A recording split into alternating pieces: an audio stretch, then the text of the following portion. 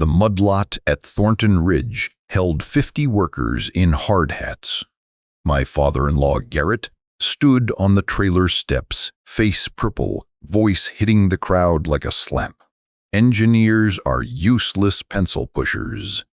He grabbed my hard hat and threw it into the dirt. "You're fired." My wife, Cynthia, Garrett's daughter, watched from her Mercedes. Her window stayed up. Her eyes found the dashboard. I picked up the hard hat, mud cold against my palm, met Garrett's eyes. "Every permit has my stamp." One moment, please subscribe and comment where you're watching from. Your presence here truly matters. My name is Nolan Westbrook. I'm 45 years old, and for 12 years I was the inspector nobody could buy. The Atlanta Building Department promoted me to senior structural inspector when I was 30. The job paid $63,000 a year, which meant a one-bedroom apartment in Decatur and a Honda Civic with rust spots on the wheel wells. It also meant I could sleep at night. I earned my reputation on the Morrison Tower project, a $40 million high-rise on Peachtree, the kind of building that becomes a skyline landmark. The developer had connections to 3 city council members and the mayor's brother-in-law. When I found the load-bearing columns off-spec by a 1/4 inch, he sent lawyers. He sent political pressure. He sent a man in an Italian suit who mentioned a cash bonus for overlooking minor discrepancies. I shut down construction for 3 months. The columns got fixed. The building stands today, safe, because someone cared enough to measure twice. My supervisor called me into his office afterward. "You just made enemies of some powerful people," he said. "I made friends of the families who will live there for the next 50 years. He nodded slowly. "Keep doing your job, Westbrook. Just watch your back." I graduated Georgia Tech with honors in civil engineering. Passed my professional engineer exam on the first attempt, which happens to roughly 1 in 3 candidates. My license number is PEO 38742, and for the first 18 years of my career, that number meant something. It meant I'd taken an oath. Engineering isn't a profession. It's a promise that the buildings where people sleep, where they raise children, where they work and pray and live their lives, won't collapse on top of them. My garage workshop holds a drafting table with adjustable LED lighting, pegboards with tools arranged by size, and a 4-foot display case containing my 4th bridge replica. I built it over 2 years using the same stress calculations Fowler and Baker used in 1882. Every cantilever arm carries load to the towers. Every tension cable is correctly gauged. When I finished, I invited 3 colleagues from the building department to verify my math against the original specifications. They matched. I met Cynthia at a charity gala 8 years ago. Crystal chandeliers, champagne towers, the clink of glasses echoing off marble floors, men in tuxedos congratulating each other on their generosity. I was there because the building department received a table as a political courtesy. She was there because her father's name was on the invitation. Thornton Development had just broken ground on a mixed-use project in Midtown. I'd reviewed the permit application that morning and flagged 3 code violations in the foundation drawings. "You're the one who delayed Daddy's project," she said, approaching me at the bar. Her ice-blue eyes held something between annoyance and curiosity. I corrected 3 safety violations. "The project will proceed when the drawings meet code. Most people tell my father what he wants to hear. Most people don't sign permits that could kill someone." She smiled. It reached her eyes then, something genuine beneath the polished surface. We talked for an hour. I explained load distribution. She explained the politics of inherited expectations. When she asked for my number, I gave it. 8 months later, we married at the Thornton estate in Buckhead. Her father gave a speech about welcoming me to the family, about how Thornton Development could use a man of integrity. I believed him. The week after our honeymoon, I submitted my resignation to the building department. Janet Williams, one of the few colleagues I trusted, tried to talk me out of it. "You're one of the good ones," she said over coffee in the break room. "The industry needs inspectors who can't be bought. I'll be bringing those standards to the private sector for reforming from within." Janet looked at me for a long moment. "Just don't lose yourself in there." I found a corner office at Thornton Development headquarters. Clean desk, new computer, a view of construction cranes swinging loads across the yard. For 3 days, I reviewed project files and found nothing alarming. On the 4th day, Garrett called me to his office. "The rebar spacing on Building C," he said. "I need you to approve it." I'd already reviewed Building C. The spacing was 40% wider than code allowed. "I can't approve that." "Can't?" He leaned back in his leather chair, hands clasped over his belly. The antique tools gleamed in their case behind him. "Son, you work for me now. The city inspector already signed off because someone falsified the drawings before submission." Garrett's eyes went cold. Those eyes hadn't changed in 6 years. I saw them every Sunday at the family dinner table, watching me from the head of the table while my seat migrated further toward the kitchen door. "This company has been building safe homes for 40 years, he said quietly. "I know construction. I know what corners matter and what corners don't. You're going to trust my experience. The rebar matters. Sign the permit, Nolan." I signed it, went home, couldn't meet my reflection in the bathroom mirror. The second violation was easier. The third easier still. Within a year, my signature appeared on every Thornton Development permit, and I'd stopped counting the shortcuts. My name on load calculations I knew were wrong. My license number on inspection reports I knew were falsified. 6 years of legal liability accumulating with every stamp of my PE seal. My son Eli was born 3 years into the marriage. I remember holding him in the hospital, this 7-pound promise of everything I wanted to be. I swore I'd build him a world worth inheriting. He's 8 now. Last month, I was teaching him about the 4th bridge model in my workshop, showing him how the cantilever arms transfer weight to the central towers.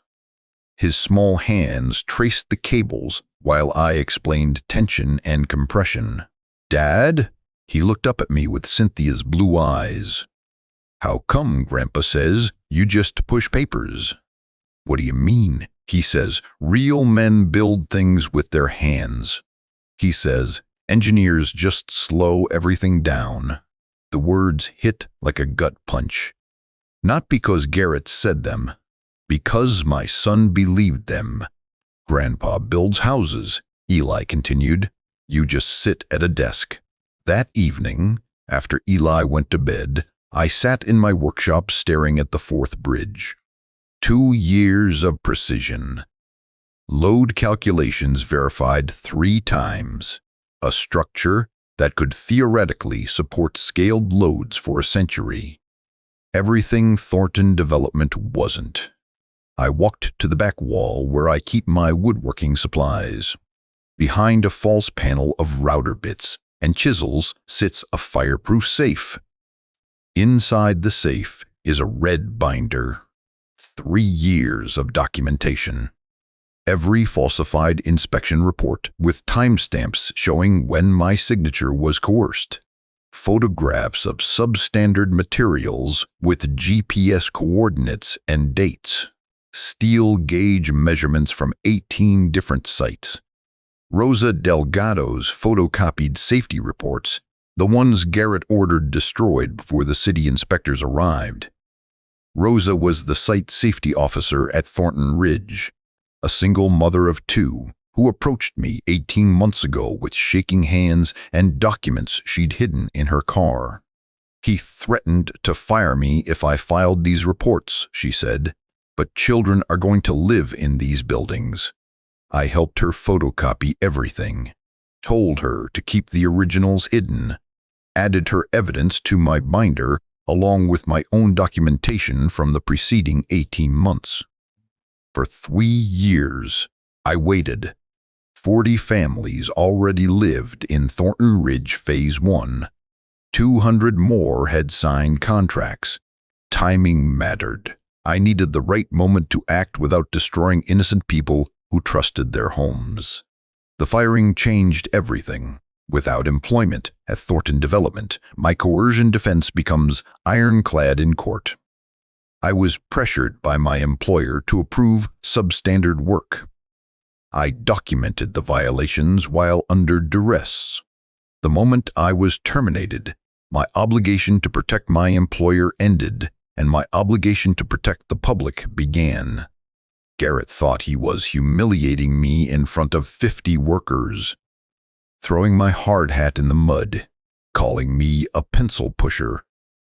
He was setting me free. I pulled the red binder from the safe and set it on my drafting table.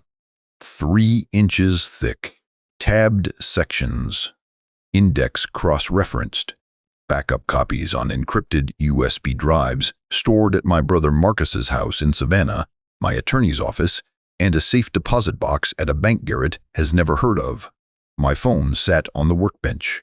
I scrolled through contacts until I found the name I'd saved months ago. Franklin Okonkwo, construction law, whistleblower specialist, pro bono for safety cases. 3 years of waiting.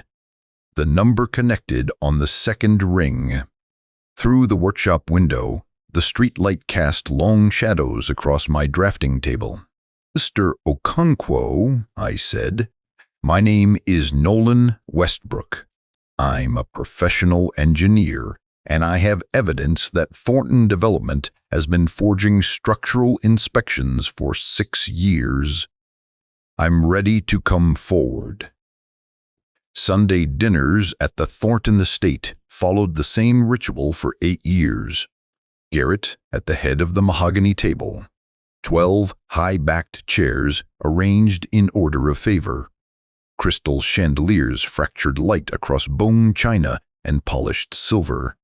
My seat started beside Cynthia, close enough to touch her hand under the table during her father's longer monologues.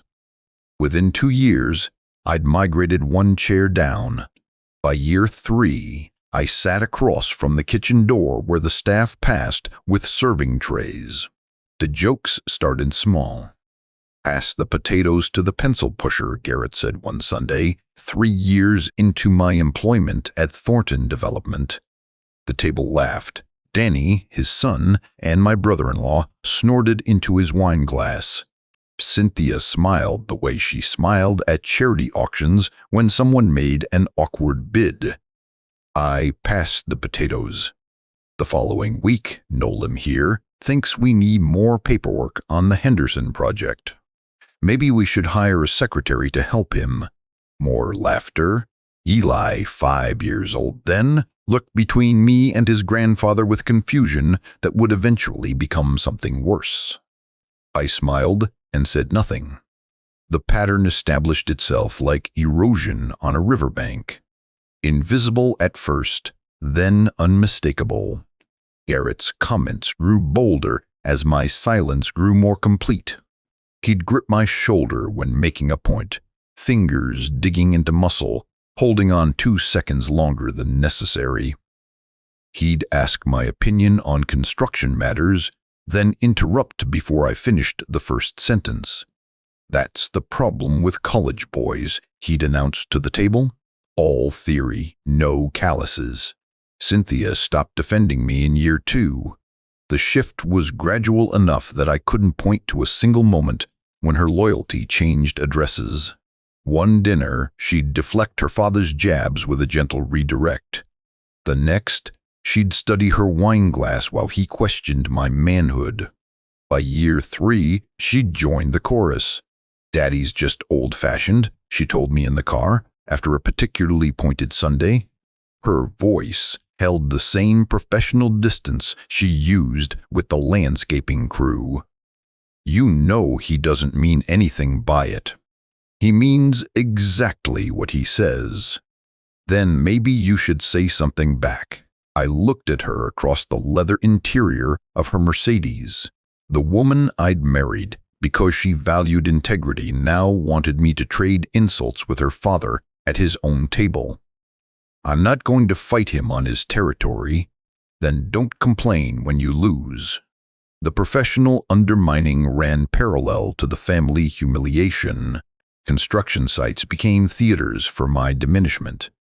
At the Thornton Ridge site, morning meetings happened in front of the double-wide trailer where Garrett addressed his crews.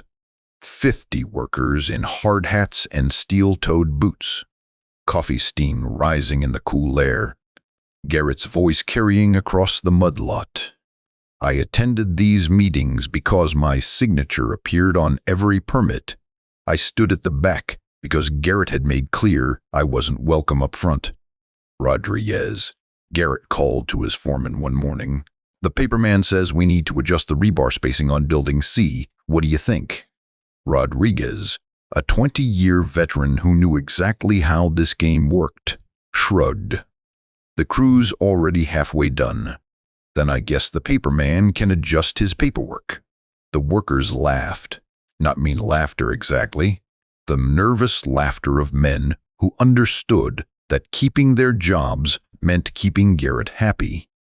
I documented the violation that night. Photographs, GPS coordinates, date stamp.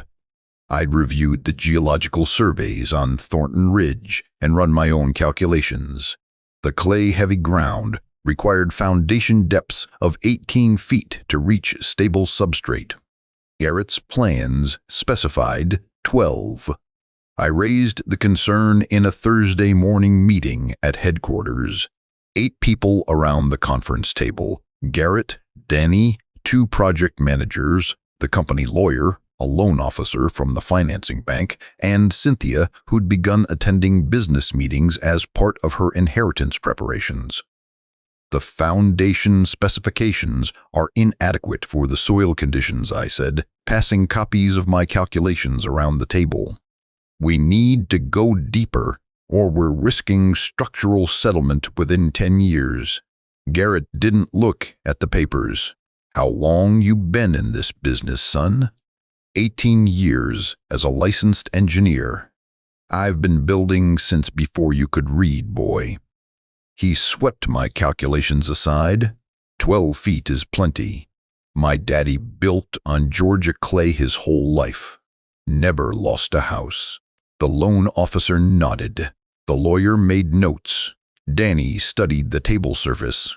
Cynthia examined her manicure. The foundations went in at 12 feet. Rosa Delgado approached me that spring. She waited until after a safety briefing, hung back while the other workers dispersed, then walked toward my car in the parking lot with a manila folder clutched to her chest. "Mr. Westbrook." She looked over her shoulder twice before speaking. The manila folder bent under her grip. Rosa was the site safety officer at Thornton Ridge, one of 3 women in hard hats on the entire project. 38, 2 kids in elementary school. A wedding ring she'd stopped wearing after her husband left. "What is it? Not here." We drove to a coffee shop in the next town. She ordered nothing. Her hands trembled when she set the manila folder on the table between us. "I tried to file these reports 6 months ago," she said. Garrett called me into his office. Told me that safety officers who don't understand business don't stay employed long. I opened the folder. Incident reports that never reached official channels. Photographs of rebar violations with dates and building numbers. Written notes documenting conversations where Garrett directly ordered workers to cover problems with concrete before city inspectors arrived. Why are you showing me this? Because you're the engineer. Rosa's dark eyes held mine. Your signature is on every permit. If those buildings fail, they're going to blame you. Not Garrett, you. I know, so do something. I studied the documents. I'd been collecting on my own for 18 months. Rosa's evidence added independent corroboration that I wasn't paranoid or bitter, proof that the systematic misconduct extended beyond my direct observations. Can I keep these? They're copies. The originals are hidden at my sister's house. Rosa's jaw set. I can't afford to lose this job, Mr. Westbrook. My kids depend on me, but I can't sleep anymore thinking about families moving into those buildings. I added Rosa's documents to the red binder that night. Her evidence filled the final tabbed section, cross-referenced with my own photographs and calculations. The groundbreaking ceremony for Thornton Ridge came 6 months before the firing. Garrett's crowning achievement, 200 homes on 47 acres, the biggest single development in company history. A stage had been erected at the entrance to the site. White tent, catering tables, a podium with the Thornton Development logo, local politicians, bank executives, television cameras from 2 Atlanta stations. I stood in the crowd with Eli, his small hand in mine. On stage, Garrett delivered his speech about real men who build things, about vision and legacy and the American dream. He wore his best Western-cut shirt with pearl snaps, gold Rolex catching the afternoon sun. This project represents everything my father taught me, he said into the microphone. That a man's worth is measured by what he creates with his own 2 hands. Cynthia stood behind him in a cream-colored dress, smiling for the photographers. Danny flanked her other side, arms crossed, jaw set with the same expression he wore at every public event. No one had invited me to the stage. Why aren't you up there, Dad? Eli asked. I do different work. Grandpa says you just do paper stuff. I watched my wife pose for photographs with her father. She smiled the way she smiled at charity galas. Mouth only, eyes calculating distance. Paper stuff is important too, I told my son. That night, after Eli went to bed, I retrieved the groundbreaking photographs from my camera, the ones showing me in the crowd while my signature appeared on every permit that made the ceremony possible, the ones capturing my exclusion from the stage where my wife and brother-in-law stood with the man who'd spent 3 years stripping me of every shred of professional respect. I added the photographs to the red binder. Final tab. Documentation of systematic marginalization. Cynthia slept in the guest room on weeknights by then, returning to our bed only when Eli might notice. Our conversations had narrowed to logistics, school pickup, dinner schedules, the performance of normalcy. Daddy wants us at the lake house for the 4th of July, she announced one evening, examining her phone. I have work. You have work every holiday. Someone has to review the permits your father's company submits. She looked up. The ice-blue eyes held no warmth. Maybe someone else should do that. Someone else isn't licensed. Then get someone else licensed. She returned to her phone. Danny says there are plenty of engineers who'd be grateful for the opportunity. I understood the threat. Replace me with someone more compliant. Someone who'd sign whatever Garrett put in front of them without documentation or complaint. Your father needs my signature on those permits. I said quietly. Without it, nothing he's built in 6 years is legal. Cynthia's fingers paused over her screen. Is that a threat? It's a fact. She set the phone down. Her eyes moved from my face to the workshop door, to the back wall where I kept my woodworking supplies. You're not going to do anything, Nolan. You never do. I returned to my workshop.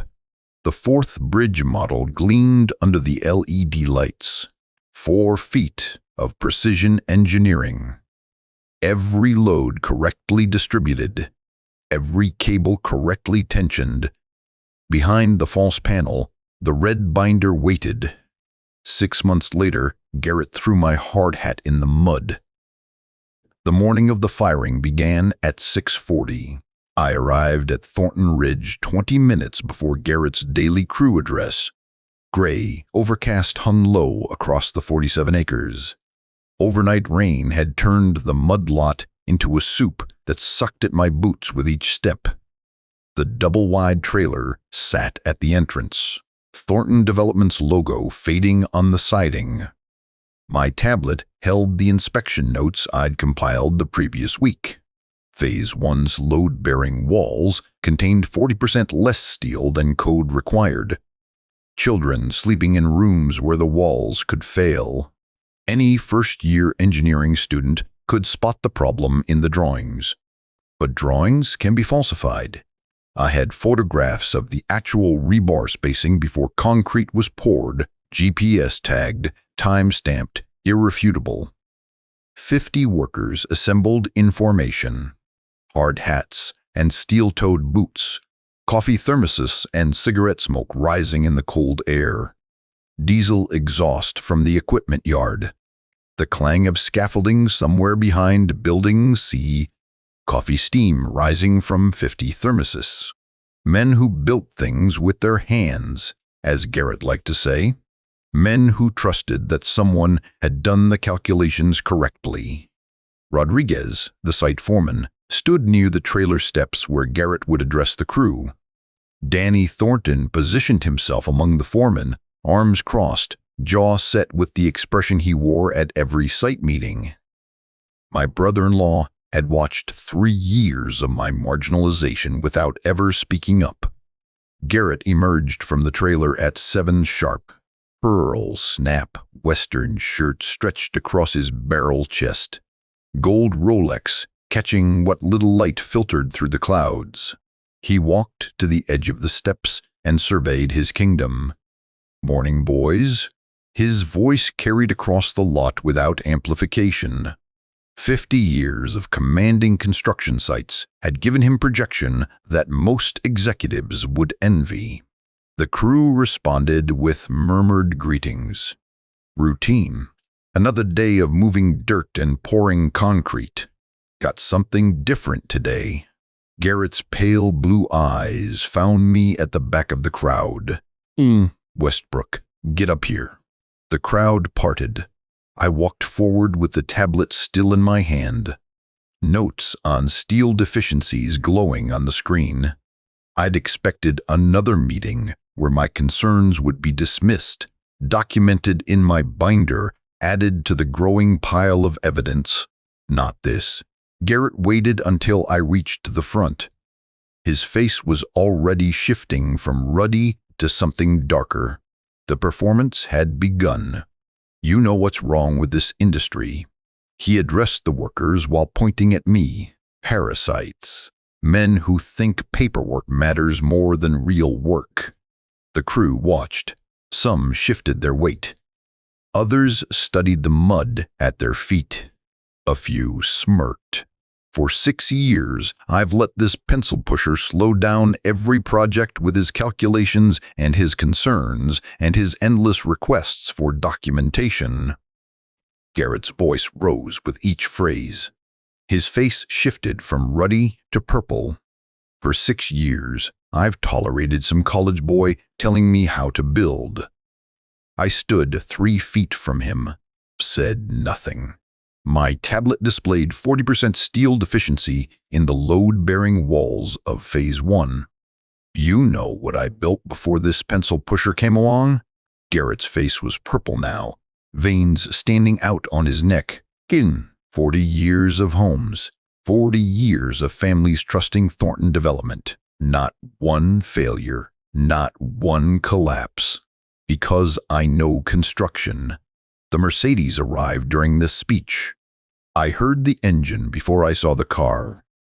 Cynthia emerged in designer clothes that had no business at a construction site. Honey blonde hair perfect despite the gray morning. She stood by the driver's door, watching. But this one, Garrett stabbed a finger at my chest. This one thinks his piece of paper makes him smarter than men who've been building since before he was born. I met his eyes, still said nothing. You're fired, pencil pusher. He grabbed my hard hat from under my arm and hurled it into the mud at my feet. I don't need some college boy telling real men how to build. The hard hat landed with a wet slap. Brown mud splashed across the yellow plastic. Silence. 50 workers. Not one voice. I looked across the mud lot at Cynthia. 8 years of marriage. A son together. She arranged her face the way she did at charity auctions when something awkward happened. When our eyes met, she looked away. Any real engineer could replace you by Monday, Garrett announced. Hell, any engineer with actual work experience would be grateful for the opportunity. Danny's jaw was clenched so tight I could see the muscles bulging from 20 feet away. His hands were fists at his sides. He said nothing. The workers, conditioned by years of Garrett's culture to view credentials as weakness, remained where they stood. Some smirked. Others looked uncomfortable but not enough to speak. This was how it worked at Thornton Development. The patriarch spoke, and everyone else obeyed. I bent down and picked up my hard hat. The mud was cold and thick against my fingers. I straightened slowly, brushing off what I could, feeling the grit work into the creases of the plastic. The Thornton Development logo was barely visible under the brown. Then I met Garrett's eyes. I said nothing, just held his gaze while the silence stretched. 1 second, 2, 3. His smirk faltered. For 3 years, I'd absorbed every insult, documented every violation, waited for the moment when the evidence would matter more than the humiliation. Garrett had interpreted my silence as weakness. He'd mistaken patience for cowardice. Now he saw something else in my eyes, something that made his hand twitch toward his belt. I turned and walked to my car. The crowd parted again. 50 pairs of eyes tracked my progress across the mud lot. My boots found traction on the rutted ground. My back stayed straight. The hard hat stayed in my hand. Behind me, Garrett's voice resumed its bluster. Something about getting back to work, about how this was a new beginning for the company. I didn't listen. At my car, I paused. Cynthia still stood by her Mercedes, watching. Our eyes met one more time across the distance. She looked away first. I got in the Honda and drove. The route to my house took 18 minutes. I used every one of them to process what had just happened. Not the humiliation. That had been building for years. The opportunity. Garrett had just solved my biggest problem. Any lawyer could argue I'd been coerced while employed. Now I was unemployed, fired in front of 50 witnesses, cast out without warning or severance. The defense built itself. I pulled into the garage and killed the engine. The workshop waited on the other side of the wall. LED lights, drafting table, pegboards with tools arranged by size, the fourth bridge model in its display case, the hidden panel behind the woodworking supplies. I walked to the back wall and moved the router bits aside. The false panel came away in my hands. Behind it sat the fireproof safe, exactly where I'd left it 3 years ago. The combination was my PE license number, 28742. The red binder emerged into the light. 3 inches thick, burgundy leather cover, tabbed sections with archival sleeves protecting every document, cross-referenced index, backup copies on encrypted USB drives at 3 separate locations. I set it on my drafting table and opened to the first section. Falsified inspection reports with timestamps showing when my signature was coerced. Photographs of substandard materials with GPS coordinates. Steel gauge measurements from 18 different sites. Rosa's section. The evidence that would put Garrett in prison. 40 families lived in Phase 1. 200 more had signed contracts. This morning, Garrett thought he was destroying me. He was setting me free. I picked up my phone and scrolled to the contact I'd saved months ago. Franklin Okonkwo, whistleblower specialist. His office was in Midtown Atlanta, 17 minutes from here. The call connected on the second ring. Okonkwo and Associates. My name is Nolan Westbrook. I'm a PE with 6 years of evidence that Thornton Development forges structural inspections. I was fired this morning in front of 50 witnesses for raising safety concerns. A pause on the line. Then, how soon can you get to my office? 20 minutes. I'll clear my schedule. I ended the call and closed the red binder. The mud from my hard hat had transferred to the drafting table surface, brown smears across the clean white surface where I'd calculated load distributions and stress tolerances for 20 years. Tomorrow, those calculations would matter. Tomorrow, the 40 families in Phase 1 would learn what kind of buildings they'd trusted with their lives. And Garrett Thornton would understand that every permit has a signature, and mine had never belonged to him. I picked up the red binder and walked to my car. Franklin Okonkwo's office occupied the 7th floor of a glass tower on Peachtree Street, smaller than most law firms on Peachtree. 3 rooms, 1 paralegal, and walls lined with enough law books to satisfy the Bar Association and enough engineering textbooks to tell me this man understood what a load calculation meant. I carried the red binder against my chest. 3 inches of documentation. 3 years of preparation. The paralegal led me past a waiting area where framed newspaper clippings covered one wall. Lagos building collapse. 14 dead. The headline was in English, but the photographs needed no translation. Concrete slabs pancaked on top of each other. Rescue workers digging through rubble with bare hands. One photograph showed a young man in academic robes at what looked like a graduation ceremony. The same face appeared in the collapse coverage, circled in red marker with the word missing, written in someone's careful handwriting. The paralegal noticed me looking. Mr. Okonkwo's cousin. Emmanuel, he was 23. They never found him. I said nothing. Some losses don't require commentary.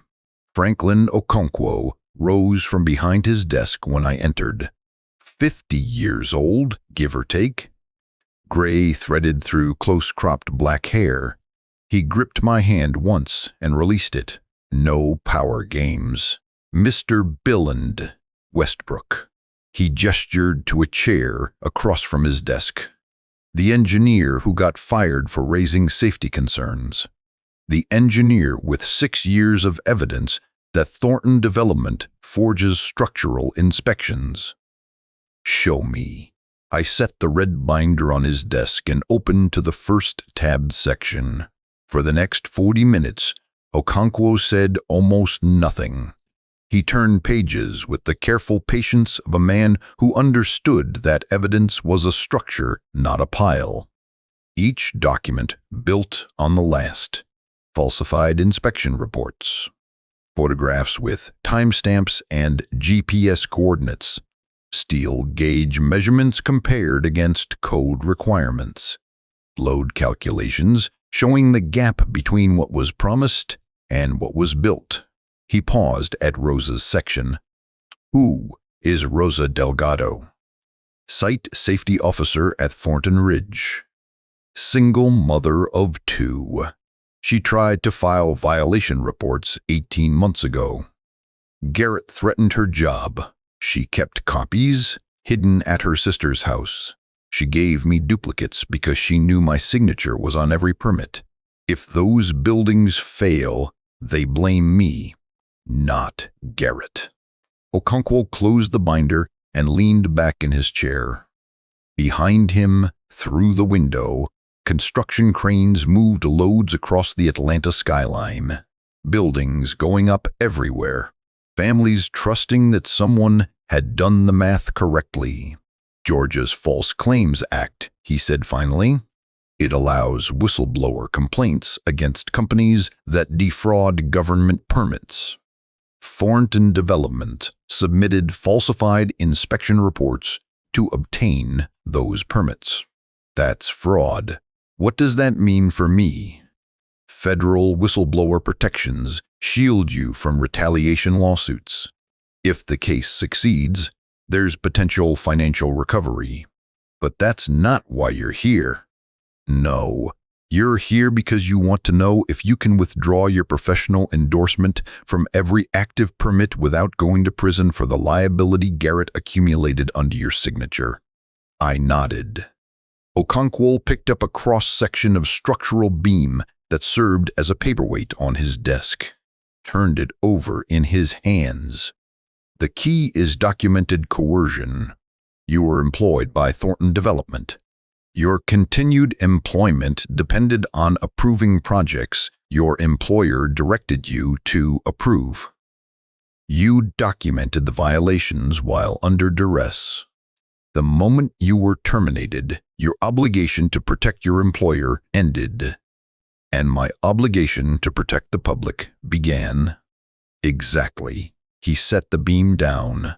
Here's how it works. When a licensed professional engineer formally withdraws their endorsement from active permits, it forces mandatory emergency inspections. Every project bearing your stamp would face automatic construction halt pending structural review by city engineers. I'd known this theoretically.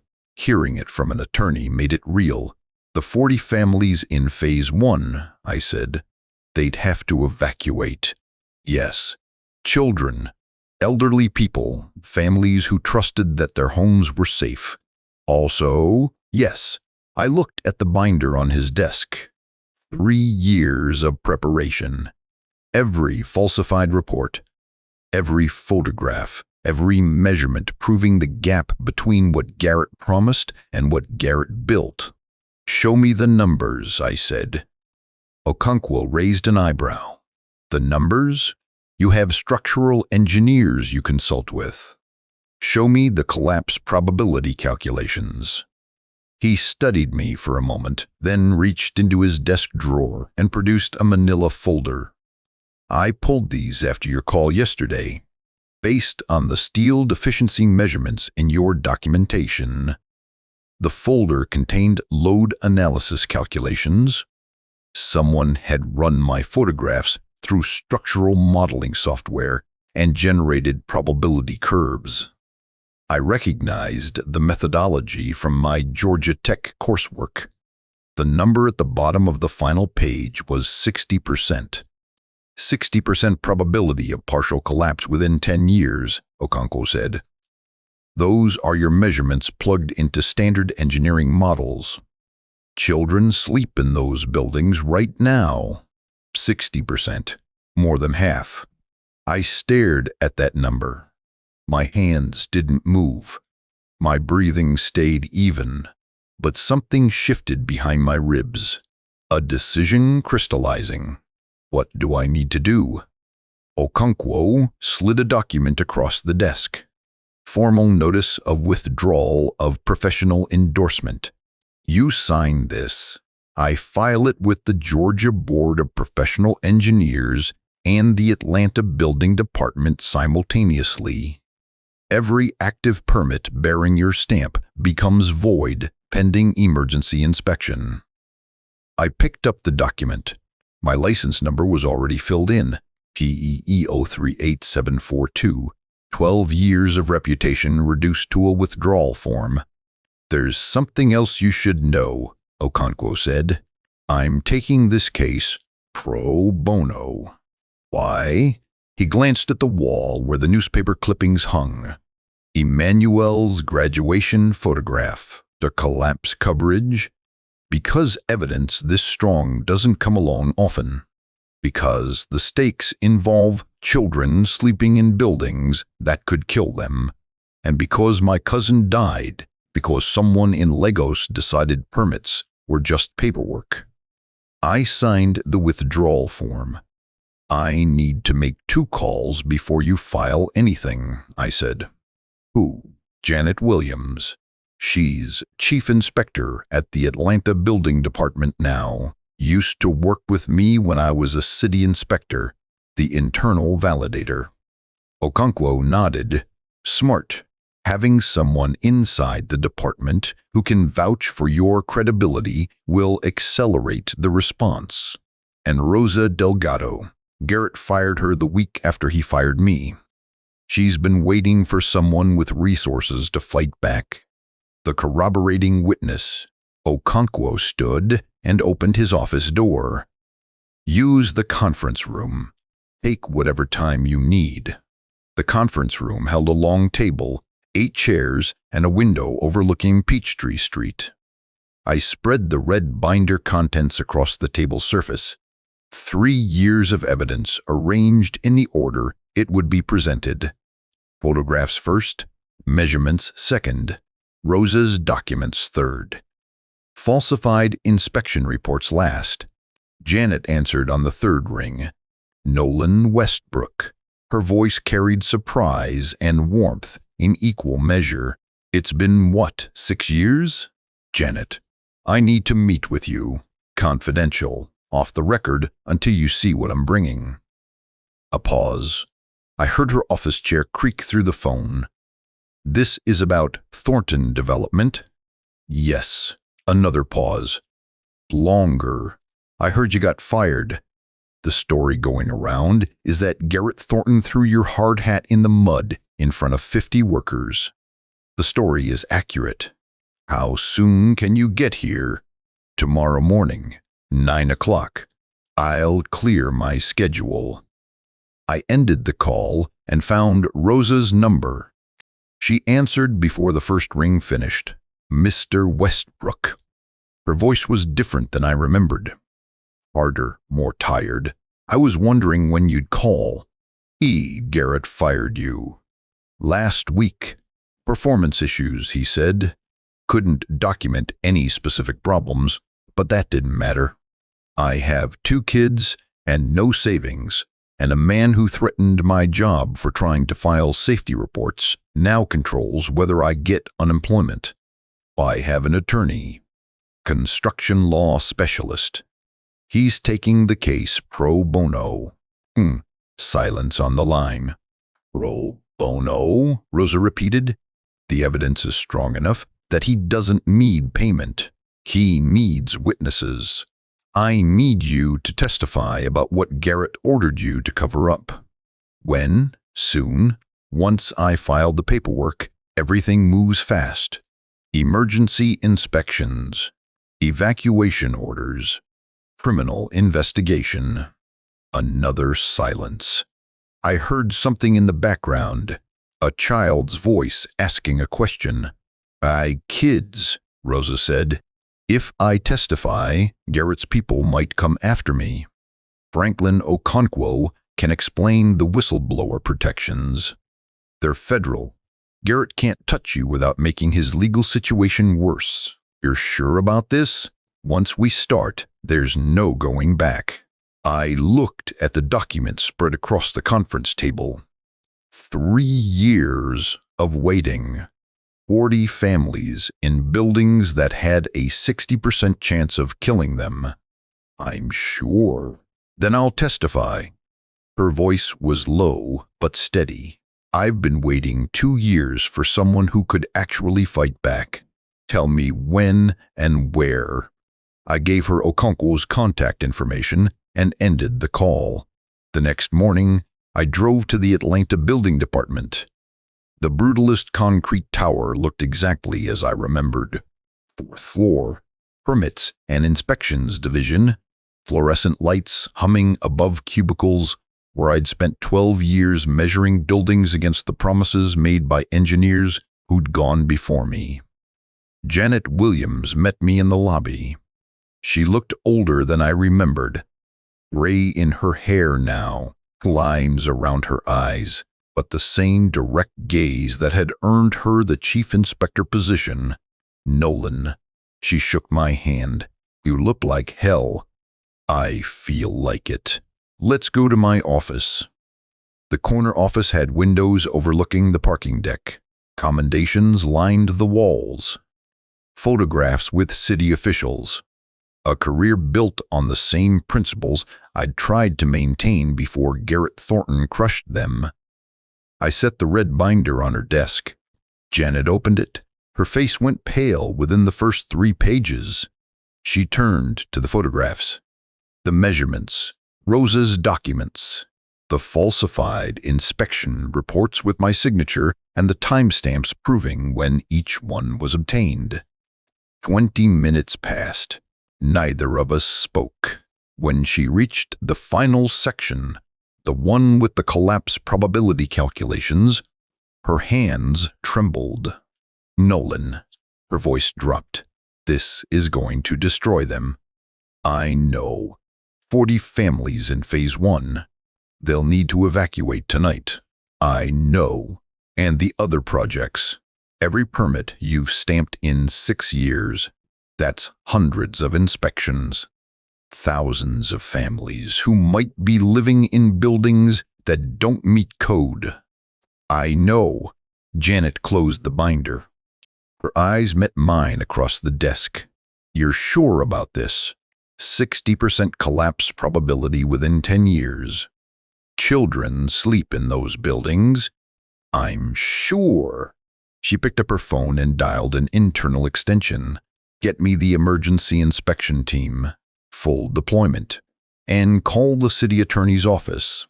She paused. Tell them we have a criminal referral for reckless endangerment. 3 days after I signed the withdrawal form in Franklin Okonkwo's office, city vehicles arrived at Thornton Ridge. The convoy came at 8:47 in the morning. 6 inspection trucks, 2 unmarked sedans, and a mobile command unit that looked like it belonged at a natural disaster.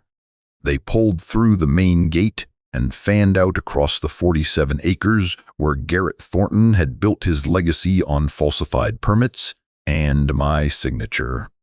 Janet Williams stepped out of the lead sedan, inspector's uniform, badge visible, clipboard in hand. Behind her came a team of 12 structural engineers with measuring equipment, ultrasonic scanners, and documentation cameras. I'd chosen this parking spot deliberately, far enough to avoid interference, close enough to see everything. The construction trailer where Garrett had thrown my hard hat sat empty now, windows dark, Thornton Development logo fading in the morning sun. The inspection team spread across Phase 1. They entered Building A, where 8 families had hung curtains and planted flowers in window boxes. Building B, where a child's bicycle leaned against the stucco wall. Building C, where the rebar spacing was 40% wider than code required, and the load-bearing walls could fail within 10 years. 60% probability. Children sleeping in those rooms. But B, Janet moved between teams with the efficiency of someone who'd waited her entire career for this moment. She'd told me once, years ago, That the worst part of her job was knowing which developers cut corners and not having evidence to stop them. Handshake deals, political connections. The old guard protecting each other while inspectors looked the other way. Not today. An engineer positioned an ultrasonic scanner against the exterior wall of Building C. The device measured steel density through concrete, the same technology I'd used during my 12 years at the department. The engineer studied the readout, then signaled to a colleague. More scanners appeared, more readings, more documentation. At 9023, a familiar truck tore through the gate. Garrett's Dodge Ram, chrome trim catching sunlight, engine revving, the truck of a man who'd never heard no. He skidded to a stop near the command unit and emerged screaming before his door finished swinging. I couldn't hear the words from across the street. I didn't need to. His face told the story, purple spreading from collar to forehead, arms gesturing at the inspection team, finger jabbing toward Janet Williams. Janet stood her ground. She produced a document from her clipboard, held it out to Garrett with the calm patience of someone who understood that shouting changed nothing about structural deficiencies. Garrett snatched the paper. His eyes scanned the page. Even from this distance, I saw the moment he reached my name. His face changed, purple draining to white, the bluster collapsing like a foundation on clay-heavy soil. His mouth moved, and though I couldn't hear him, I knew exactly what he said. That pencil pusher. The words that had defined our relationship for 6 years. The contempt he'd wielded at every Sunday dinner, every site meeting, every public humiliation. Now, those words meant something different. Now, they meant the signature that had voided every permit, frozen every project, and triggered the criminal investigation that would follow. Garrett turned toward the inspection team. Janet stepped between him and her engineers. His shoulders dropped, the fight leaving him in visible stages. His political connections couldn't dismiss 12 structural scanners documenting violations in real time. His handshake deals couldn't override ultrasonic readings that matched my photographs exactly. Danny Thornton, my brother-in-law and site foreman, stood near his father's truck. I hadn't noticed him arrive. His jaw was clenched, the way it always clenched at these moments. His eyes met mine across the mud lot. He looked away first. At 11:15, Janet issued the evacuation order. She spoke into a radio, then addressed Garrett directly. His hands balled into fists at his sides. His head shook. His mouth formed words that probably included lawyers and lawsuits and political contacts. Janet held up the scanner readings. Poured. The conversation ended. 40 families. 48 hours to vacate. Workers received orders to secure equipment and leave. The construction zone became an investigation scene, yellow tape appearing around buildings that had seemed like homes that morning.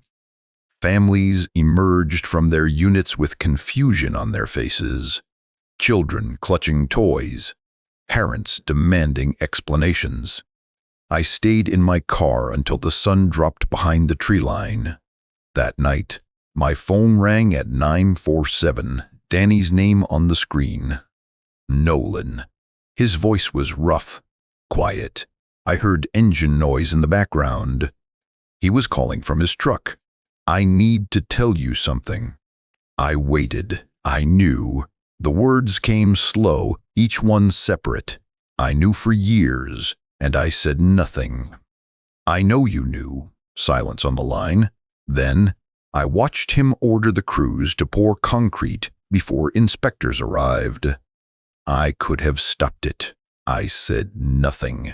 I did everything he told me because I was afraid of what would happen if I didn't. What changed? Watching him today, watching him scream at that inspector, like he could intimidate his way out of steel deficiencies. Danny's voice cracked. Eli could have been sleeping in one of those units. My nephew. And I knew, and I said nothing. What do you want, Danny? I want to testify. The words came fast now. I'll tell them everything. The direct orders, the cover-ups, the threats against Rosa and anyone else who raised concerns. I'll give them dates and times and building numbers. Everything. I thought about the Sunday dinners where Danny had studied the table surface while his father dismantled me publicly. The site meetings where he'd stood among the foremen with his jaw clenched and his mouth closed.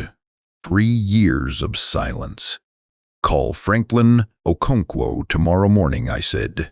He'll arrange protective measures and schedule your deposition. Nolan. Danny's voice dropped lower. Hart, I'm sorry for all of it. I ended the call. The knock came at 11,023. I was renting a 2-bedroom apartment in Decatur. Nothing fancy, clean lines, minimal furniture. The opposite of the Buckhead mansion where I'd spent 8 years measuring my worth against antique tool collections and family crests. The knock came again, harder. I opened the door. Cynthia stood in the hallway, designer dress wrinkled from hours of wear, makeup smeared around her ice-blue eyes, hair escaping from whatever arrangement had held it that morning. You need to fix this. She stepped forward. I stepped aside. She brushed past me into the living room. Call whoever you need to call. Withdraw the complaint. Tell them you made a mistake. There was no mistake. My father is going to lose everything. Her voice rose. The company, the house, everything my family built for 40 years. Because you decided to throw a tantrum over being fired. 40 families are being evacuated from buildings that could collapse on their children. Those buildings are fine. She paced across my small living room. Daddy's been building for 50 years. Nothing he's ever built has failed. Nothing he's ever built has been properly inspected. Cynthia stopped. Her eyes found mine. You're destroying my inheritance. The words came flat and cold. No pretense left. No performance of the concerned wife trying to save her family. Everything I was supposed to inherit. Gone, because you couldn't accept being fired like a man. I watched her face. The face I'd loved once before I understood what it was looking at. The face that had smiled at me across a charity gala and asked if I was the inspector who couldn't be bought. That smile had been calculation. That interest had been strategy. I'd been a credential, a signature, a tool. When did you know? I asked. Know what? About the shortcuts. The falsified inspections. The buildings that don't meet code. Her jaw tightened. 1 second. Then the practiced smile returned. Everyone in construction knows there are workarounds. That's not an answer. I don't owe you answers. She stepped closer. I owe you nothing. You signed those permits. You approved those projects. If anyone goes to prison, it should be you. The evidence says otherwise. What evidence? I didn't respond. She didn't need to know about the red binder, about the timestamps proving coercion, about Rosa's documents and Danny's pending testimony. Fix this, she said again. Call the building department. Tell them you were wrong. No. Her hand came up fast. I caught her wrist before the slap connected. We stood there, 6 inches apart, her arm trembling in my grip. 8 years of marriage reduced to this moment. Everything I'd believed about us burning away in the ice of her eyes. This was never about love, she said. I needed your signature. There's a difference. I know. I released her wrist. She stepped back, smoothed her dress, arranged her face into something resembling composure. "You'll regret this." She walked toward the door. "When the lawsuits start, when the creditors come, when you realize you destroyed yourself along with my family, you'll regret this." The door closed behind her. I stood in my apartment and listened to her heels fade down the hallway. The silence that followed felt different than the silence I'd carried for 3 years. Cleaner. The district attorney announced the criminal investigation 2 days later, or reckless endangerment. 23 counts, 1 for each occupied unit where structural deficiencies posed imminent risk. I gave my testimony on a Tuesday morning, sat across from 3 prosecutors, and walked them through the red binder page by page. Falsified reports, photographs with timestamps, steel gauge measurements. Rosa Delgado's documents. Rosa testified that afternoon, her voice steady, her evidence irrefutable. Danny testified on Thursday, his father's own son, describing the orders he'd witnessed, the violations he'd watched crews cover with concrete before inspectors arrived. The evacuated families had been angry at first. 40 households displaced with 48 hours' notice. Children pulled from their bedrooms. Elderly residents relocated to temporary housing. They blamed the city. They blamed the inspectors. They blamed whoever had disrupted their lives. Then they saw the structural data. The scanners had confirmed everything. Walls that could buckle under load. Foundations inadequate for the soil conditions. The 60% probability I'd seen in Okonkwo's office, now verified by independent engineers. One family found me through Franklin's office. The Newens, from Building C3, children under 10. They'd lived in the unit directly above the most severe deficiencies. Mrs. Newen didn't say much. She handed me a photograph of her children and nodded once. I pinned that photograph to my refrigerator that night. That evening, I sat on the small balcony of my rental apartment and watched the lights of Atlanta spread toward the horizon. Construction cranes dotted the skyline, building new towers on foundations I hoped met code.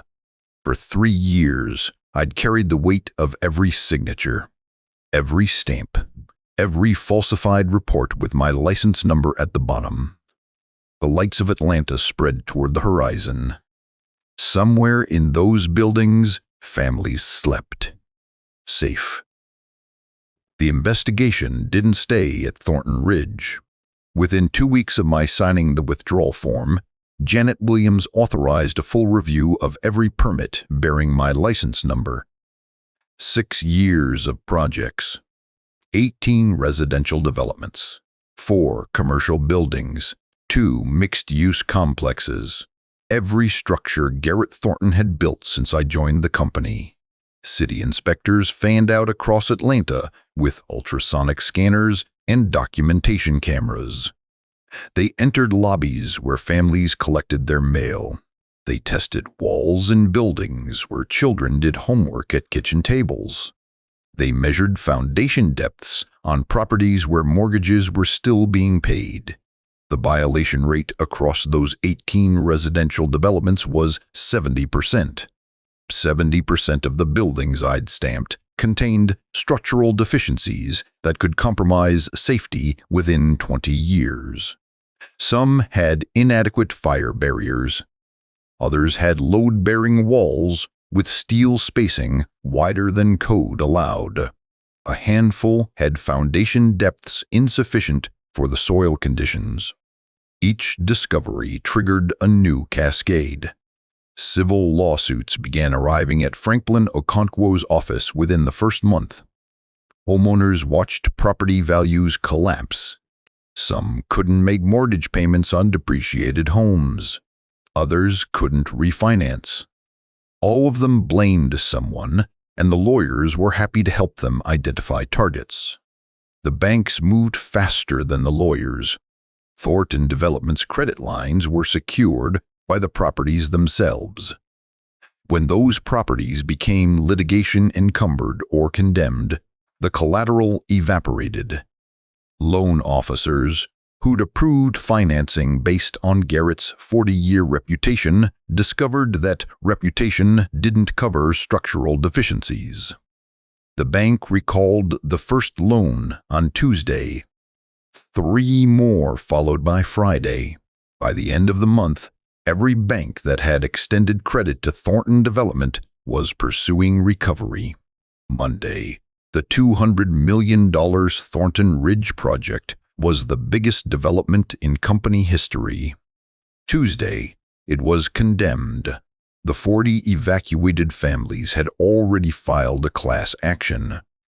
The 160 families with pending contracts demanded their deposits back. The investors who'd provided equity began calculating their losses. I learned about the insurance denial from Franklin's paralegal. Thornton Development's liability carrier just voided coverage, she told me over the phone. Standard exclusion for intentional misconduct. Once the evidence proved Garrett personally directed the falsifications, the policy became worthless. I'd expected this. Any insurance professional would. Policies protect against negligent errors, not deliberate fraud. When Rosa's documented testimony about Garrett ordering crews to cover violations before inspections was presented, when Danny described receiving direct orders to falsify reports, the carrier's lawyers had all the justification they needed. The financial collapse accelerated. Garrett's personal guarantees on company loans became due. Creditors pursued every asset bearing his name. The Buckhead Mansion, that Georgian Revival monument where Sunday dinners had measured my worth against antique tools and family crests, went into foreclosure. 12,000 square feet of imported marble and professional landscaping became just another line item in bankruptcy proceedings. I drove past the estate 3 weeks after the foreclosure notice was posted. Bank representatives had already changed the locks. The lawn, once maintained by a crew of 4, showed the first signs of neglect. Newspapers accumulated at the gate. The antique tool collection went to auction the following month. I didn't attend, but Franklin obtained the catalog. Brass-fitted planes from the 1840s, spirit levels with intact fluid vials, hand-forged augers that predated the Civil War. Every tool Garrett had displayed in his office as a shrine to real craftsmen, men who built things with their hands instead of pushing papers. The entire collection sold for $37,000. Garrett's debts exceeded $40 million. Criminal charges were filed on a Thursday morning. The evening news showed Garrett's mugshot while I ate dinner alone in my Decatur apartment. 23 counts of reckless endangerment, 1 for each occupied unit, where structural deficiencies posed imminent risk to residents. 12 counts of fraud covering the falsified permits, inspection logs, and material certifications across 6 years of projects. Conspiracy charges naming both Garrett and Cynthia for their roles in concealing violations while presenting the company as a legitimate builder. The footage showed Garrett being processed at the county jail. Orange jumpsuit instead of pearl snap Western shirts. Handcuffs instead of that gold Rolex. His pale blue eyes looked smaller on television. The bluster drained out of them. Cynthia's arrest footage ran next. Designer clothes rumpled from a night in holding. Makeup smeared. The ice blue eyes that had once found my integrity attractive now stared at cameras with the calculated blankness of someone already planning her next move. The prosecution offered her a deal within the week. Testimony against her father in exchange for probation instead of prison time. Full cooperation with the ongoing investigation. Complete disclosure of what she knew and when she knew it. She took the deal without hesitation. Franklin obtained the transcript of her deposition. I read it in his conference room, the same room where I'd spread out the red binder 3 months earlier. I knew the inspections were falsified, Cynthia stated under oath. My father discussed it openly at family dinners. He believed regulations were obstacles created by bureaucrats who'd never built anything. I managed the company's public image, knowing the reality was different from what we presented. No mention of the marriage she'd used to acquire my signature. No acknowledgement that she'd stood silent while her father threw my hard hat in the mud. Just the cold calculus of self-preservation. The trial began in September. 3 weeks of testimony. Expert witnesses on structural engineering. Documentation specialists explaining chain of custody for the red binder contents. Representatives from the building department describing the scope of violations discovered across 6 years of projects. Rosa Delgado, the former site safety officer who'd first brought me evidence 18 months ago, testified on the 4th day. She wore a simple navy dress and spoke directly to the jury. Her voice held steady as she described the morning Garrett called her into his office. The threat to her job if she filed safety reports. The order to make problems disappear before city inspectors arrived. I have 2 children, she told the jury. I couldn't afford to lose my job. But I also couldn't sleep knowing families were moving into buildings that might not be safe. So I kept copies of everything and waited for someone who could actually fight back. The defense attorney tried to characterize her as a disgruntled former employee. Rosa produced the photocopies with dates and building numbers. The timestamps proved she'd documented the violations while still employed, not after her termination. Danny Thornton testified on the 7th day. My brother-in-law, who had watched 3 years of my humiliation without speaking up, now sat in the witness box and described his father's direct orders. Specific dates when Garrett told crews to pour concrete before inspectors arrived. Building numbers where rebar spacing was deliberately widened to save on steel costs. The morning meetings where Garrett announced that real men didn't let paperwork slow them down. I knew what he was doing was wrong, Danny said. I knew, and I said nothing because he was my father. Because I was afraid of what would happen if I spoke up. I'm not afraid anymore. The defense portrayed Danny as a bitter son seeking revenge. Danny pointed to the structural scanner readings that confirmed every violation he'd described. The evidence didn't care about family dynamics. I testified on the 9th day. The red binder sat on the evidence table. I turned pages while the jury watched. Falsified reports, photographs, steel measurements, 3 years of evidence in archival sleeves. The prosecutor asked why I'd waited so long to come forward. 40 families were already living in those buildings, I said. 200 more had signed contracts. I needed to document the violations thoroughly enough to prove the pattern, and I needed to be free from employment before my coercion defense would hold. The morning Garrett fired me in front of 50 workers, he made that decision for me. The defense attorney approached the witness box. Mr. Westbrook, isn't it true that you're a disgruntled former son-in-law seeking revenge against the family that rejected you? I met his eyes. I'm a licensed professional engineer who documented 6 years of safety violations that endangered hundreds of families. The evidence speaks for itself. He pressed on motivation, on timing, on the convenient alignment between my firing and my complaint. I answered each question with the same precision I'd applied to the documentation itself. facts don't require emotion. Garrett's defense attempted to characterize him as an old-fashioned builder unfamiliar with modern requirements. A craftsman from a different era who trusted his experience over paperwork. The antique tools became props in a narrative about tradition versus regulation. The structural scanner readings refuted every word. The jury deliberated for 11 hours, guilty on all counts. I sat in the gallery when the verdict was read. Garrett stood at the defense table in a suit that hung looser than it had at the trial's start.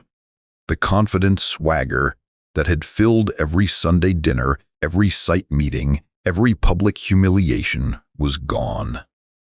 In its place stood an old man watching his empire become rubble. The sentencing came 2 weeks later, 12 years in state prison. The judge noted the scope of the violations, the duration of the fraud, and the number of families endangered. She referenced Rosa's testimony about being threatened, Danny's testimony about direct orders. The photographic evidence proving Garrett had personally directed the shortcuts that could have killed children in their beds. Garrett said nothing as the bailiffs led him away. His pale blue eyes found mine across the courtroom. I held his gaze until he looked away.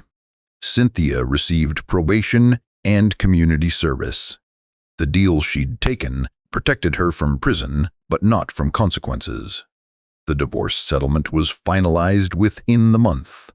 The prenuptial agreement that had protected her inheritance from my claims now protected me from her debts. She lost everything anyway. I heard she moved into a one-bedroom apartment in a suburb I'd never visited. Court-ordered restitution payments to the displaced families would consume most of her income for years. The inheritance she'd protected so carefully was gone. The family name she'd valued was now synonymous with fraud. Franklin called me the evening after sentencing. "The families from the class action want to meet you," he said. "They want to thank the engineer who kept the evidence." I thought about the 40 households evacuated with 48 hours' notice. The children pulled from their bedrooms. The elderly residents relocated to temporary housing. The anger they'd felt before they understood why. "Set it up," I said. The meeting happened at a community center 2 miles from Thornton Ridge. Folding chairs arranged in rows. Coffee urns on a table by the door. Fluorescent lights humming overhead. 37 of the 40 families sent representatives.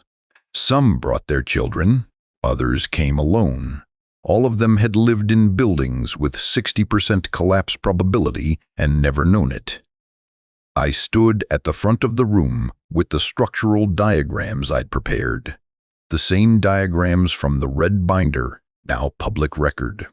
I showed them the steel deficiencies, the foundation inadequacies, the gap between what was promised and what was built. Patricia Chen, a retired elementary school teacher who'd lived in Building C with her husband, raised her hand from the 3rd row. "How long did you know?" 3 years. "And you documented everything that whole time?" "Yes." She nodded. "My granddaughter slept in that building every weekend." The room was quiet. I stood there with the diagrams in my hands. "Every permit has a signature," I said. Mine meant something. My story hitting different? Tap like and rate it from 1 to 10. Explain your score below. Thank you. My new office faced west. Construction cranes dotted the skyline through the glass. 18 months since Garrett Thornton went to prison. 18 months since I signed that withdrawal form in Franklin's office and watched an empire collapse under the weight of its own shortcuts. The firm was called Meridian Structural. 4 Georgia Tech alumni who'd read about the trial followed the news coverage, watched my name become synonymous with the engineer who chose integrity over employment.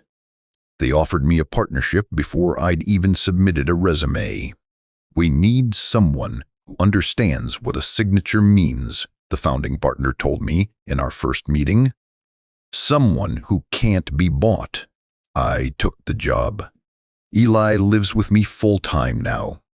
Cynthia signed the custody papers without a fight. She couldn't afford lawyers. She couldn't afford much of anything, not with restitution payments consuming most of her income. My son turned 10 last month. He's taller than I remember, growing fast the way boys do when you're not watching every day. The questions about pencil pushers and real men stopped months ago. Last Saturday, he asked me how bridges stay up during earthquakes. Different questions now. Saturday mornings, we work in the garage workshop together. The fourth bridge model sits in its display case, 4 feet of calculated engineering that took 2 years to build. Eli stands beside me while I explain how the cantilever arms transfer weight to the central towers. "Why does it hold so much?" he asked last weekend. "Because every piece does its job correctly. The cables carry tension. The towers carry compression. Together, they hold." He traced the cables with his finger. "Is that why you check everything twice? 3 times, usually." Janet called me 2 weeks ago. She runs the building department now, promoted after the Thornton investigation proved what thorough enforcement could accomplish. She invited me to lecture at the annual ethics training for new inspectors. The training room held 47 faces, young engineers with fresh licenses and clean slates, men and women who would spend their careers measuring buildings against the promises made by developers who might see them as obstacles. I stood at the front. No notes, no slides, no visual aids. Just the structural diagrams from the Thornton case, now public record. "Your signature isn't just paperwork," I said. "It's your oath to every family who trusts you with their lives. When you stamp a permit, you're promising that children can sleep safely in those walls, that parents can go to work knowing their home will stand when they return." I told them about the 40 families, about the 60% collapse probability, about children who would have been sleeping in those rooms when the walls failed. "Some of you will be pressured to cut corners. Some of you will be threatened. Some of you will be offered money to look the other way." The room was quiet. Don't. I drive past Thornton Ridge sometimes. The condemned buildings still stand, fenced off, waiting for demolition. 40 families scattered across the city, living in homes that actually meet code. Living. Some nights, I think about the disruption I caused, the chaos of evacuation, the anger before understanding. Then I think about what would have happened if I'd stayed silent. The Newen children sleeping in Building C, the photograph still pinned to my refrigerator. Every permit has a signature, mine still does.